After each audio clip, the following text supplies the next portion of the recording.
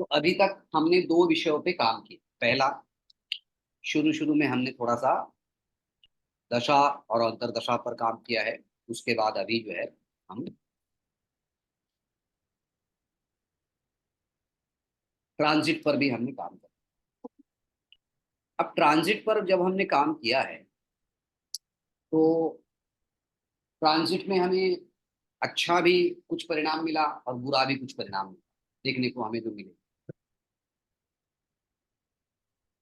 एक सेकंड।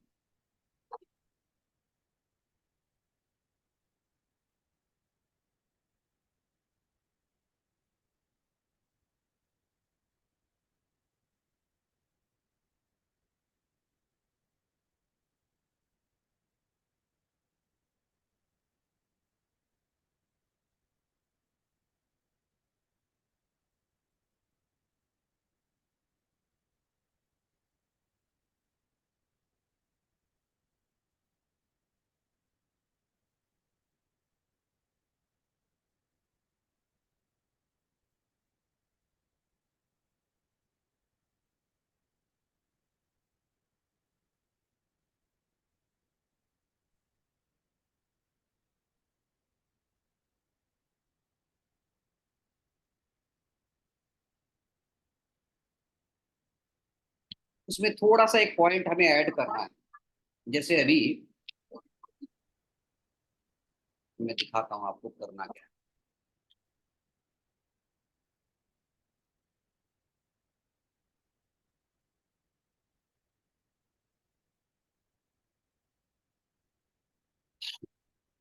इसको बड़े ध्यान से समझ लीजिए क्योंकि ये एक अंतिम पड़ाव है। इस पड़ाव को थोड़ा सा नॉर्मल वे में समझ लीजिए, फिर इसका प्रयोग आपको अवश्य करना।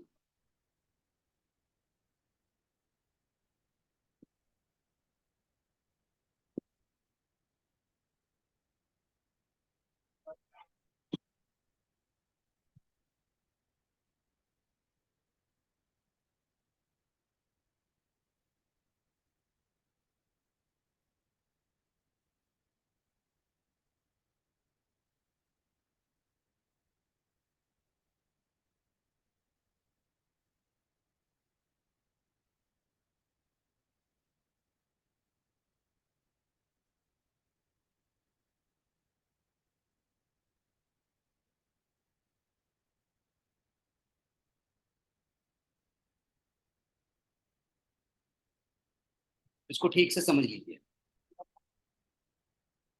उदाहरण के तौर पर हम ये मान के चलते हैं किसी व्यक्ति के कुंडली में शनि के ऊपर से बृहस्पति का गोचर होगा। ध्यान से समझिए। ये जो है ये जन्म का शनि है और इसके ऊपर से बृहस्पति का गोचर हो रहा है।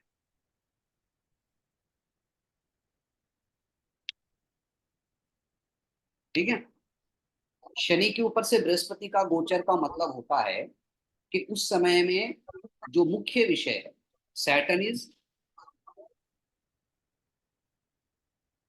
सैटर्न इक्वल टू कैरियर, उसके ऊपर से बृहस्पति का गोचर का मतलब होता है सक्सेस। तो इस समय में यदि किसी व्यक्ति की कुंडली में शनि के ऊपर से बृहस्पति का गोचर हो रहा है तो इसका मतलब होता है कि उस व्यक्ति को करियर में सफलता मिलने की जो है वो बनता है। अब सवाल ये उठता है कि ये जो पूरा का पूरा पीरियड है, ये जो पूरा पीरियड रहेगा, ये पूरा पीरियड लगभग लगभग 13 मंथ का होगा। एक साल एक महीने का जो है वो पीरियड हो जाता है।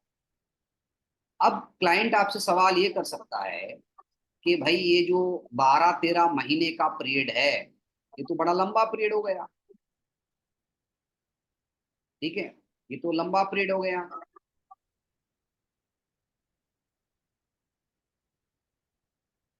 इस पीरियड में कोई स्पेसिफिक टाइम बताइए जिस समय में हमें कर्म के क्षेत्र में अच्छे परिणाम मिले। क्योंकि आपने बता दिया कि भाई 2024 के अप्रैल से लेके 2025 के अप्रैल तक आपकी कुंडली में कर्म के योग बनते हैं, तो वो आप सही है, बिल्कुल सही है, निश्चित रूप से सही है। परंतु ये जो लंबा टाइम फ्रेम आपने दिया है ये सही नहीं होगा। तो इसके लिए आपको क्या करना पड़ेगा वो मैं आपको आज बता दूं। सबसे पहले हमें देखना पड़ेगा कि मेन जो ट्रांजिट है, जो ग्रह का जो गोचर है, उसमें कौन सी घटना की प्रॉमिस बन रहा है, कौन से घटना के प्रॉमिस बन। अगर यहाँ कर्म का प्रॉमिस बन रहा है तो हमें 10th लॉर्ड को देखना पड़ेगा। अगर मैरिज का प्रॉमिस बन रहा है तो 7th लॉर्ड को देखना पड़ेगा। अगर बच्चे का प्रॉमिस बन रहा है तो 5th लॉर्ड को देखना पड़ेगा।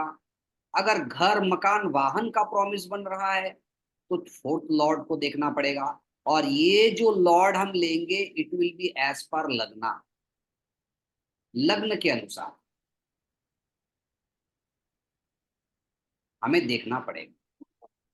ठीक है, कैसे देखेंगे? एक कर्म वाला कुंडली ले लेते हैं तो आपको समझ में आ जाए।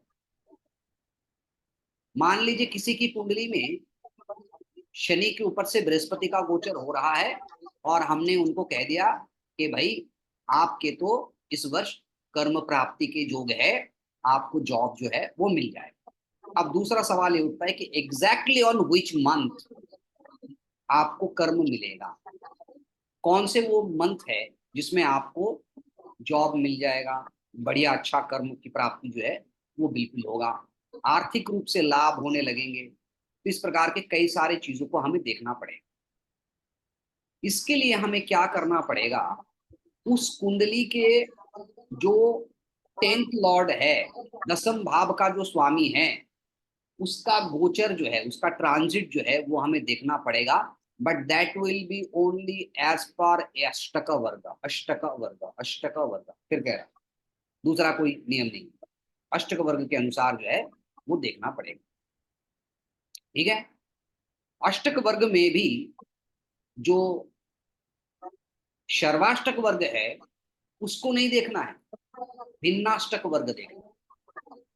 भिन्नाष्टक वर्ग देखना, भिन्नाष्टक वर्ग में जहां 5 से अधिक रेखाएं हो या सबसे ज्यादा रेखा हो, उस हाउस के ऊपर से जब उस प्लेनेट का गोचर होगा तभी उनको कर्म की प्राप्ति होगी। एक छोटा एग्जाम्पल हम इसको अभी करेंगे, अभी ले रहे हैं, एक कुंडली ले रहे हैं हम।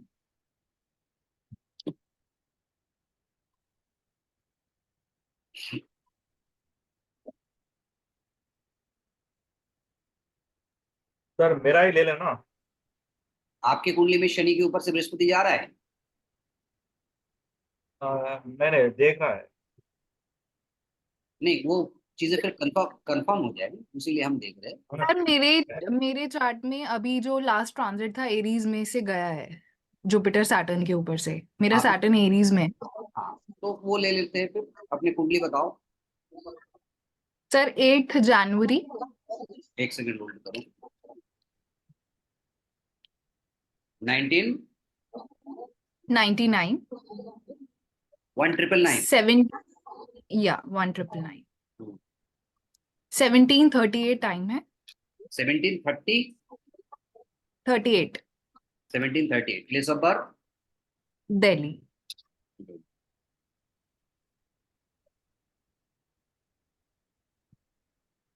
चलो,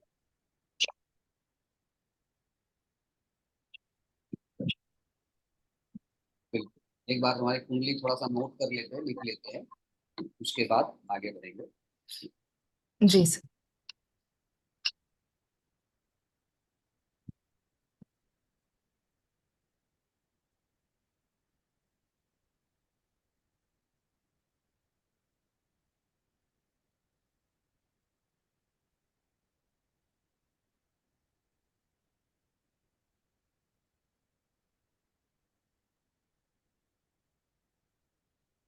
मेष में तुम्हारा शनि है, मिथुन तुम्हारा लगन है, सिंह राशि में राहु बैठा हुआ है, कन्या राशि में चंद्रमा और मंगल बैठा हुआ है, धनु राशि में बुध और सूर्य बैठा है, मकर में शुक्र बैठा है, और कुंभ में जुपिटर एंड केतु बैठा है। ठीक है, पहले तुम्हारे कुंडली को हम एक बार कर लेते हैं, बना लेते हैं, एक बार कुंडली बना लेते हैं,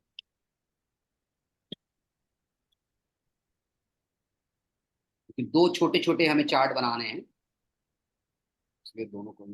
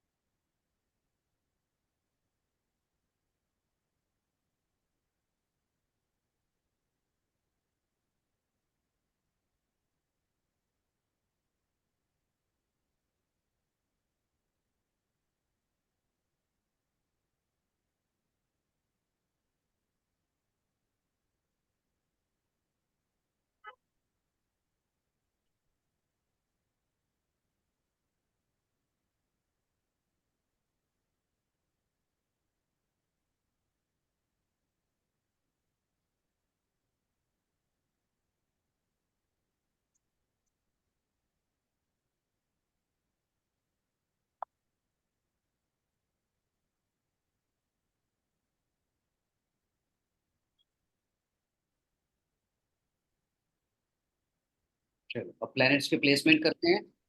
हमारा लगन जो है वो मिथुन लगन है, यानी कि 3 नंबर का लगन है। कर्क राशि में कोई नहीं, सिंह राशि में राहु, 4 में कोई नहीं, 5वें घर पे जो है वो हो जाता है तुम्हारा राहु। एक को समझ लीजिएगा तो सब समझ में आ जाएगा। सिंह, कन्या में चंद्रमा और मंगल, 6 नंबर में मून एंड मार्स,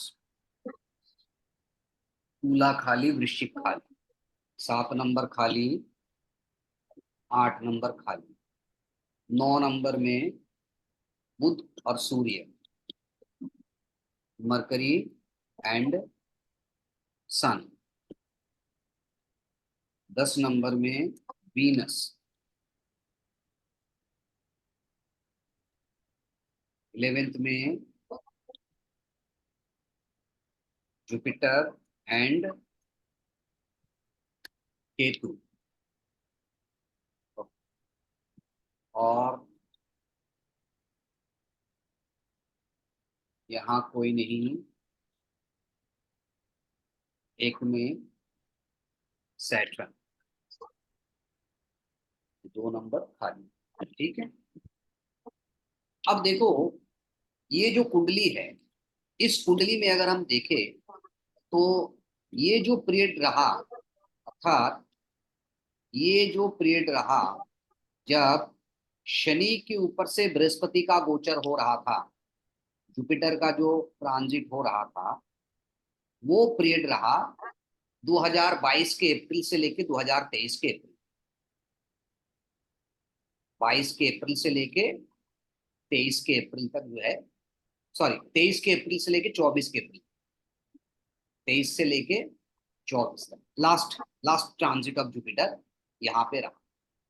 अब सवाल ये उठता है कि ये जो शनि के ऊपर से बृहस्पति का गोचर हो रहा था, it was a clear cut indication of some kind of development in career. अब जो सवाल निकल के आता है कि ये जो पूरा 1 साल का पीरियड है, इस 1 साल के पीरियड में वो कौन सा पीरियड है पूरे 1 साल का पीरियड में जब इनको करियर के एस्पेक्ट में सबसे अच्छा परिणाम मिलेगा। इसके लिए हमें क्या करना पड़ेगा, मेथड को समझ लीजिए। ये इनका लगन है, ये इनका 10th भाव का स्वामी, ये 10th हाउस है। 10th हाउस का जो स्वामी है, 10th हाउस है, 10th हाउस का स्वामी जो है वो जुपिटर है। ठीक है, जुपिटर है। अब ये जुपिटर शनि के ऊपर से जा रहा है, लेकिन हमें क्या करना है, बृहस्पति की जो अष्टक वर्ग कुंडली है उसको हमें यहाँ ड्रॉ करना है। उसी से हमें पता चलेगा कि ये शनि के ऊपर से जो बृहस्पति का ट्रांजिट हो रहा है वो कितना अच्छा होगा, कितना बुरा होगा, कितना ताकतवर होगा। मैं एक बार थोड़ा सा अष्टक वर्ग कुंडली को देख लेता हूँ।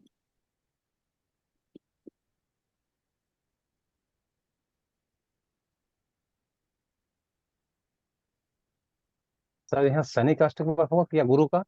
गुरु का अष्टक वर्ग देखना है। Okay sir. हाँ, गुरु का अष्टक वर्ग देखना है। 4 4 5 4 ठीक है।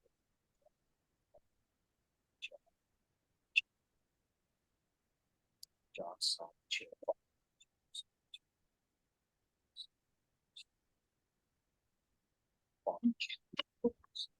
सर भिन्नाष्टक देखेंगे कि अष्टक? हाँ, विन्नाष्टक देखना, विन्नाष्टक देखना। मैं लिख रहा हूँ यहाँ जुपिटर के विन्नाष्टक, टेंशन वाले कोई बात नहीं है।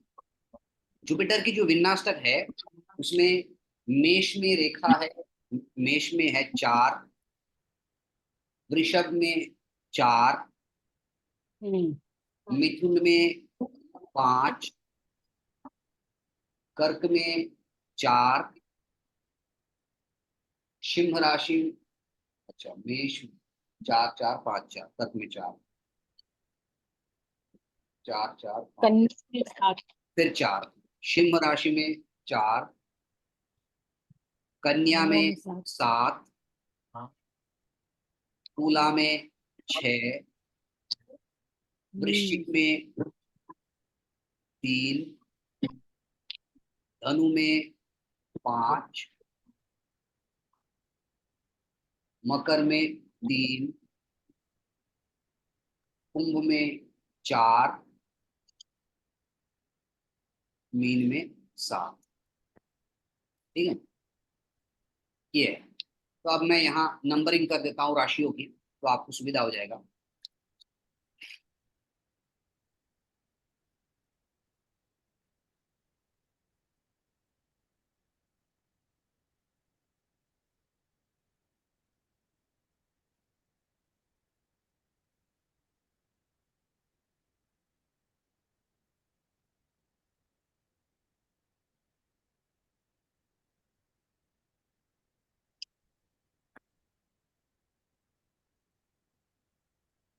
अब देखो हमें क्या मार्क करना है। अभी लेफ्ट हैंड वाला जो चार्ट है उसको भूल जाओ।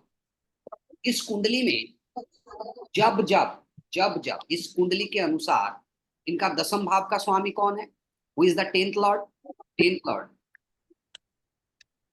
10th लॉर्ड जो है दैट इज जुपिटर। जुपिटर। तो जुपिटर जब भी इनकी कुंडली में ये जो 7 नंबर 6 नंबर 7 नंबर इन रेखाओं वाले घर के ऊपर से जाएगा, that means when it will transit over Virgo, Kanya, Libra and Pisces का जब जब बृहस्पति कन्या राशि के ऊपर से, तुला राशि के ऊपर से और मीन राशि के ऊपर से गोचर करेगा, वो समय इनके करियर के लिए महत्वपूर्ण होगा। ये याद रखिए आप। शनि के ऊपर से जा रहा है मेष में, उसमें भी महत्वपूर्ण है, लेकिन ज्यादा महत्वपूर्ण जुपिटर को जो स्ट्रेंथ मिलेगा, इनहेरेंट स्ट्रेंथ, वो मिलेगा इन राशियों में। कौन कौन से राशियों में? यहाँ जब बृहस्पति कन्या राशि के ऊपर से जाएगा, पहले एक बार फॉर्मेट को समझ लीजिए, जब तुला राशि के ऊपर से जाएगा और जब मीन राशि के ऊपर से जाएगा। लेकिन इनके कुंडली में शनि तो बैठा है मेष में, यहाँ शनि बैठा है, उसके ऊपर से बृहस्पति का गोचर हो रहा था, उसके ऊपर से जुपिटर का गोचर हो रहा था। तो इसलिए जुपिटर जब यहाँ मेष राशि में रहते हुए रेट्रोग्रेड हुआ और रेट्रोग्रेड होने के बाद मीन राशि का फल देने लगा था, यानी कि लगभग लगभग वो पीरियड आपका आ जाता है, जनरली जो आता है मार्च अप्रैल मई जून जुलाई अगस्त, यानी कि जुलाई अगस्त 2023 से लेके अप्रैल मई जून जुलाई अगस्त सितंबर अक्टूबर तक, ये पीरियड उनके लिए बहुत महत्वपूर्ण है, क्योंकि उस समय में बृहस्पति वक्री हो जाएगा, और वक्री होने के कारण बृहस्पति पिछले घर का भी फल देगा, जहां सर्वाष्टक वर्ग कुंडली में सबसे अधिक रहेगा। कुछ समझ में आया?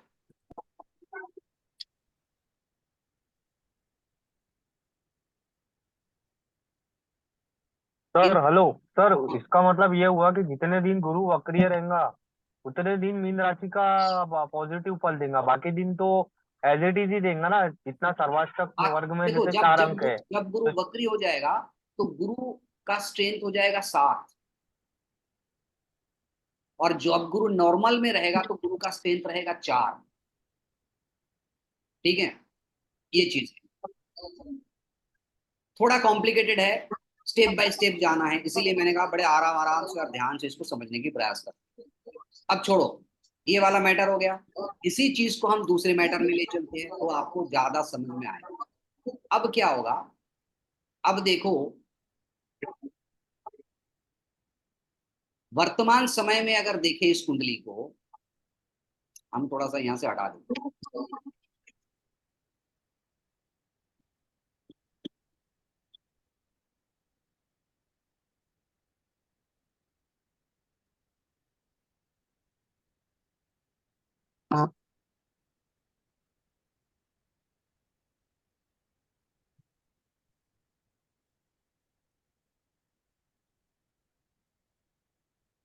मैं एक हाइपोथेटिकल चार्ट क्रिएट कर, इमेजिनरी एक चार्ट बना, उसमें आप लोगों को ज्यादा समझ में आए।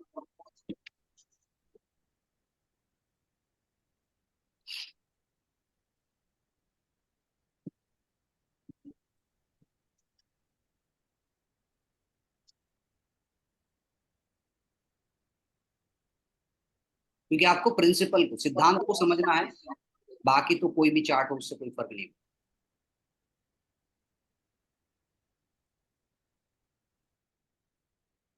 मान के चलते हैं किसी व्यक्ति की कुंडली में यहाँ शनि बैठा है, और उनका लगन भी यही है, मेष है, और उसके ऊपर से ट्रांजिट के जुपिटर जा रहा है।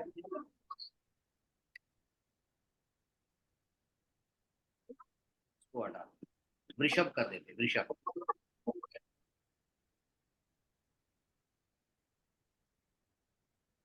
मेष लगन की कुंडली है, 2 नंबर में वृषभ राशि में शनि बैठा हुआ है किसी व्यक्ति,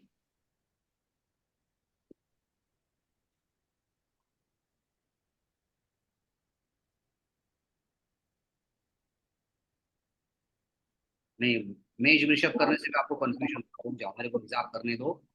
अगर हम यहाँ 4 नंबर की कुंडली बना लें, 4 नंबर की कुंडली, अब आसानी से समझ में आ जाए। किसी का कर्क लगन है, किसी व्यक्ति का, और उसका शनि बैठा है कुंभ यहाँ एकादश भाव में, सैटर्न जन्म का बैठा हुआ है।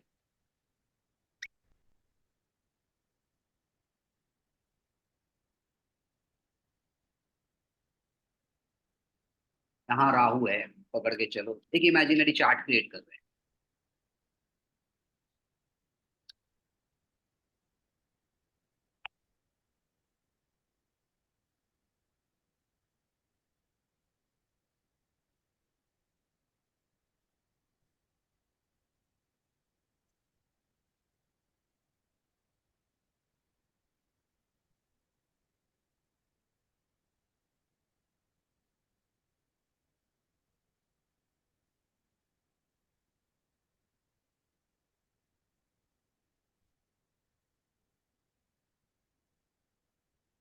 एक दो तीन चार पाँच छः सात आठ, कौन? मंगल। मार्स, मार्स, हाँ। ये मान लो किसी की कुंडली है, इमेजिनरी कुंडली है, इसको अपने नोटबुक पर नोट करो पहले। ओके। ठीक है, अब इस कुंडली में हमें क्या देखना है, हम जानते हैं कि इस कुंडली में अभी शनि के ऊपर से जुपिटर का ट्रांजिट हो रहा है, अर्थात इस व्यक्ति के लिए वर्तमान पूरा साल जो है वो कर्म के क्षेत्र में डेवलपमेंट के योग बने। समझ में आ गया पंकज जी? जी गुरुदेव। अब ये शनि और बृहस्पति ने बता दिया। अब इस कुंडली के अनुसार लगन कौन सा है? कर्क लगन है, तो दसम भाव का स्वामी हो जाता है मंगल। मंगल जी अपने अष्टक वर्ग में जब 5, 6, 7 या 8 रेखाओं वाले घर के ऊपर से गोचर करेगा, इनमें से जो सबसे अधिक रेखा होगा उसके ऊपर से जब गोचर करेगा उस समय में इनको बहुत अच्छे परिणाम मिलेगा। अब इसीलिए हम एक दूसरा इमेजिनरी कुंडली बनाते हैं। স্যার কি বলেন দশম অধিপতি? दशम अधिपति जब अष्टक वर्ग में सबसे अधिक रेखाओं के ऊपर से ट्रांजिट करेगा उस समय में इनको कर्म की प्राप्ति होगी, कर्म में निश्चित सफलता जो है वो निश्चित मिलेगा। वही टाइम, वही कालखंड है, वही समय है। सर अगर समझो दूसरा कोई छोटा ग्रह है, वो समझो मार्स जो मैं 1.5 महीने में आऊंगा, चेंज होता इसीलिए मैंने मार्स को लिया। बड़ा ग्रह शनि भी हो सकता है, छोटा ग्रह चंद्रमा भी हो सकता है। पहले आप प्रिंसिपल को समझ लीजिए, फिर बाकी चीजें भी आपको आराम से समझ में आ जाए। तो जब रेट्रोग्रेड होगा तभी होगा। नहीं नहीं, रेट्रोग्रेड कहा, वो तो हम पीछे छोड़ दिया है, हम तो वो दिखाने के लिए किए थे, अभी एक एक करके समझ लीजिए। अब मान लीजिए ये जो है मंगल का अष्टक वर्ग है। अब मंगल के अष्टक वर्ग में मेष में 4 रेखाएं, वृषभ में 5 रेखाएं,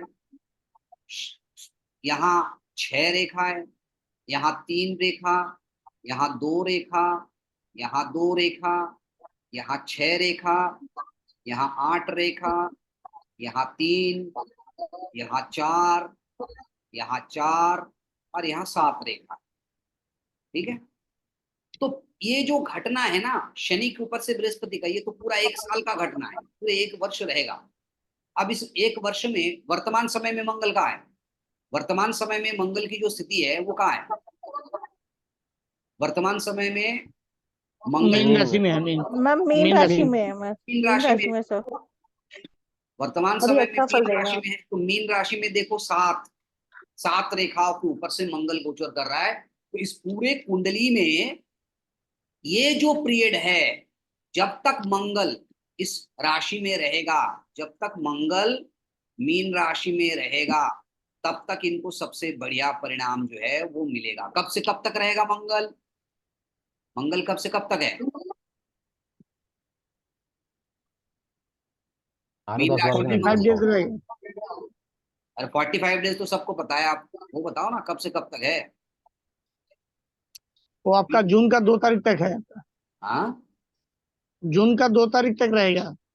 हाँ, जून के 2 तारीख नहीं, 1-2 तारीख तक, ठीक है, वो भी सही है। 1 जून तक रहेगा। और इसने प्रवेश कब किया था?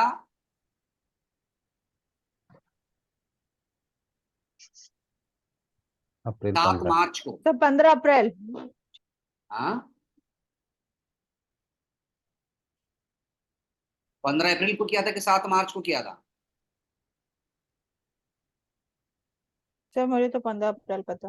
9 अप्रैल को किया था। मंगल जो है मीन राशि में 23 अप्रैल को घुसा था। मंगल 23 अप्रैल से लेके 1 जून तक। तो 23 अप्रैल से लेके 1 जून तक हम अप्रोक्सीमेटली मान के चलते, मेरे पास जो डेटा दिखा रहा है उसमें दिखा रहा है 23 अप्रैल टू जून के जो भी डेट है वहां तक मंगल मीन राशि में रहेगा। तो अभी बृहस्पति ने भी शनि के ऊपर से ट्रांजिट चालू किया। तो 1 मई से लेके जून के जो पूरा महीना, मतलब पूरा जो मई महीना है, यहाँ मंगल सबसे ज्यादा ताकतवर स्थिति में है और यहाँ भी शनि बृहस्पति की वजह से अच्छे कर्मयोग बने। तो यहाँ इनको अच्छे परिणाम मिलेगा। इसके बाद कब मिलेगा? इसके बाद 1, 2, 3, 4, यानी कि लगभग 4 × 45, 90 का मतलब 3 महीने बाद, है ना? 45, 45, 90, 90, 90, 180, तो लगभग लगभग आप पकड़ के चलो 1 डेढ़ 3 4.5 महीना बाद, तो जून के बाद क्या होगा, जुलाई अगस्त सितंबर अक्टूबर, यहाँ रहेगा अक्टूबर में, वहां भी अच्छे परिणाम मिलेगा।